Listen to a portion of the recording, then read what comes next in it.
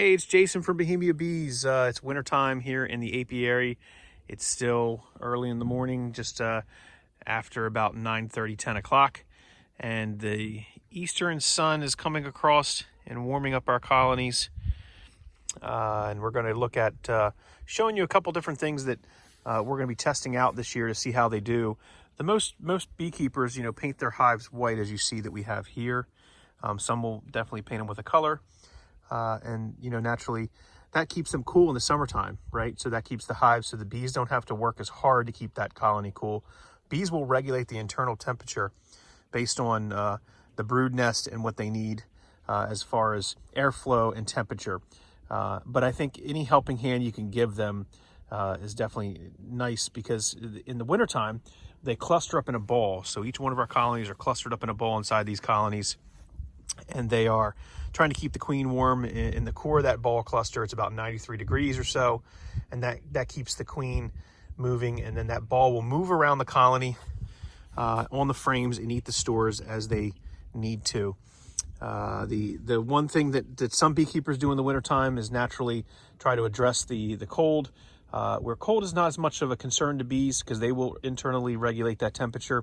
It's the fluctuation of cold and dropping really, really low in temperature, and then raising up in the morning sun and heating up that hive.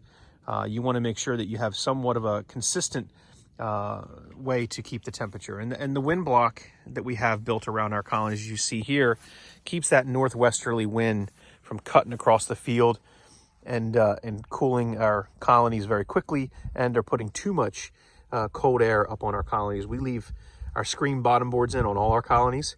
That helps with the airflow and getting the moisture out, as well as some we use quilt boxes, and some we use the sugar shims to help, which we demonstrated in another video. But I wanted to show you right now something we're doing to test out this year. These are our newest kind of idea, as opposed to wrapping, because some beekeepers will actually wrap their colonies, and they'll put tar paper or the 2-inch foam. We've done the 2-inch foam in the past. It's worked really well for us, but we're going to test out a lot of our colonies without the 2-inch foam, just because it's harder to store and it's kind of a pain to take on and off. But we're going to try this new brood box style, which we have over here. You can see it looks to be very textured, and it's black. So naturally black will absorb the heat more than the white will, but that'll also seal it. There's an R value. You can see the sealing that has occurred here on the side. So there's really a good seal on the crevices of the box. It gives the integrity, keeps the integrity of the box, but still allows you to actually have the shape and handholds of a box that you would see. So it's kind of like painting the box, but putting a little more R value in it. And so what does that R value actually look like? Well, if we look at a standard pine box and we use our temperature meter, now this is in the shade, so this is on the other side of the boxes, and we'll show the other side. And we see the temperature here. It's at 35 degrees. Okay. And the temperature out today is about 35 degrees this morning. So the standard wood box, it's actually about 31 degrees this morning. So it does give it a little bit more heat, a few degrees more. If we look at our standard white box, it reflects pretty much the temperature that's in the air today, which is 33 degrees. And we'll look at another one just to show you that some of them, depending on where the shade is at, can go as low as 30 degrees. Okay. So what happens when we coat our boxes with,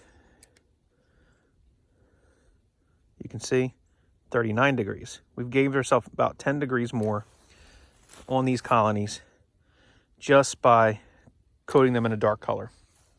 If you come around to the back side where the sun is actually hitting the colonies, and you do the same test, and you do that on your standard pine, you're going to see the sun's warming the back of this colony up to about 60 degrees, 59 degrees approximately. Your standard white colony still sitting at about 48 degrees, about 10 degrees less. And just to show you again, standard colony with white paint, about 40 degrees.